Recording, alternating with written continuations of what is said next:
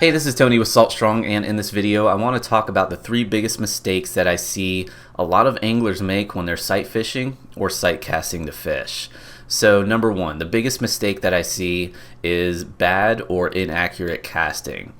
Where you place your lure or your bait is very important because that can be the determining factor as to whether or not you actually catch that fish. So when it comes to casting, there are really 3 factors that come into play when it comes to casting. Wind and current, that's pretty much bundled into one. Also the direction that the fish or the school of fish is moving and at which speed they're moving, if they're moving fast or if they're moving slow, and also water clarity is going to determine where you want to place your cast. So as far as wind and current, with the wind, if you're making a cast and you don't compensate for that wind, your lure is going to land way off target. It could be far away, or it might happen to land right on top of the fish, which you definitely don't want to happen. So make sure you're factoring in the wind and compensating for that wind. Now, as far as the current goes, when your lure actually hits the water, you don't want the current to take your lure or your bait away from the fish that you're targeting. So make sure you're casting up current from the fish. That way, when your lure starts moving, it is going towards the fish and not away from it. Now, I also mentioned factoring in the direction that the fish is going or facing, and also how fast or how slow that fish is moving. You obviously want to place your lure or your bait in front of the direction that the fish is going, but if they're moving too fast, you want to make sure you give yourself enough space that by the time your lure lands and settles, that fish isn't too close that it gets spooked from your lure hitting the water. So in clean water, make sure you cast far enough away from the fish. Typically, I like to do anything from 10 to 15 feet away from the fish. And again, that's going to depend on how fast the fish is moving. If they're moving very slow, you can cast a little bit closer, but I like to go about that 10 to 15 foot range. And then there is water clarity. Is the water dirty or is it clear? The cleaner the water, the further you want to make your cast. The dirtier the water, you can almost put that lure right on top of the fish's head, and at times you want to, that way they can see it. So in dirty water, I like to go anywhere from 2 to 3 feet from the fish, because at times as soon as they hear that splash, it sparks their curiosity as opposed to getting spooked off, and they will typically start going towards wherever they hear that splash because they think it's bait activity. So again, cleaner water, cast further away. Dirty water, you can get away with casting a little bit closer to that fish. So I have an example here of casting to a redfish in very clean water, very clean shallow water. So we'll go ahead and play this here. So you can see the fish just spooked off from right over here. There are actually 2 of them. I was retrieving my lure, wasn't anywhere near them, so didn't really spook them too much. You can see that fish just took off that way. There's another one right up here that really didn't get spooked off. You can see it took off pretty quick. Gonna show you, made my cast. Cast landed right there about 10 feet away from the fish. The fish is right over here moving in that direction, and you'll see that fish hit. I just let the lure sit, dragged it a little bit into the sight of the fish, and then you can see the fish take off right there and grab it. Nice little redfish. So again, casting, very important in order to catch those fish. Now the next biggest mistake that I see and that I'm very guilty of, which I will show you here in this clip in a second, is just not fishing with your eyes open. That's what I like to say.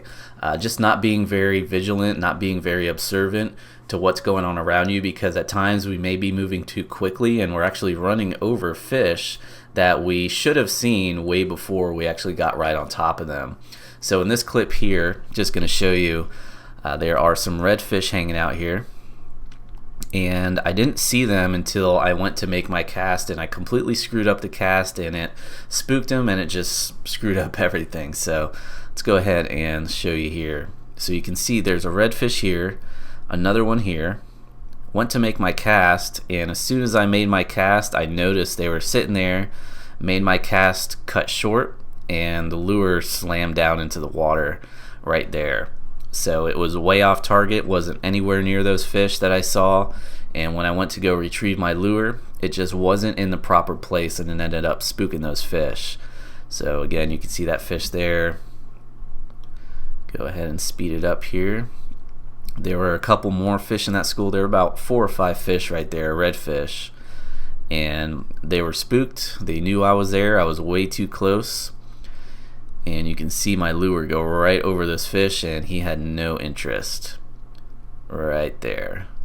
So again, way too close to those fish. Wasn't being observant. I was looking way out ahead of me instead of directly down where I should have been looking. Most of the time you're going to see fish right in front of you when you're looking way out in the distance. So just make sure you're scanning from right down by your feet all the way out and about 180 degrees from side to side. Now, the last mistake that I see a lot of people make is using too heavy of a lure. When you're sight casting the fish, you want to be very stealthy. You don't want a very heavy lure crashing down, hitting the water, spooking those fish. Also, if your lure is very heavy, it's going to hit the water and go straight down to the bottom very quickly. So those fish may not even see it. Typically, I like to have a lure that's light enough, perhaps in the 1/16 ounce to 1/8 to 1/4 ounce. That way, as it falls very slowly, so it keeps that lure in the strike zone longer. If it hits the water and goes straight to the bottom too quickly, those fish might miss it. So when you have a lure, hits the water, makes a very gentle splash, doesn't make a huge splash, and then slowly settles down to the bottom, those fish have a better chance of seeing it as it's going from the surface and slowly sinking down to the bottom. So again, just make sure you're not using too heavy of a lure. I see a lot of people use very heavy jig heads or very heavy top waters or hard baits. In my opinion, those aren't too great for sight casting the fish. I like to keep it small profiles. That way it minimizes the splash and it sinks very slowly. So that will wrap up this video on the 3 biggest mistakes that I see anglers make when they're sight casting the fish. Hopefully this can help you out next time you're out there on the water to increase your hookup. So if you have any questions or comments about this or any experiences that you would like to share with us, definitely let us know in the comments down below. Until then, thanks for watching, and I'll see you on the next video. Are you sick and tired of not catching as many inshore saltwater fish as you want to? Do you wish that you could catch as many redfish, speckled trout, snook, and flounder as you deserve based on how much time and money you've invested into fishing? Let's get honest for a second. You're clearly not where you thought you'd be by now, or you wouldn't be watching fishing tutorials this very moment, right?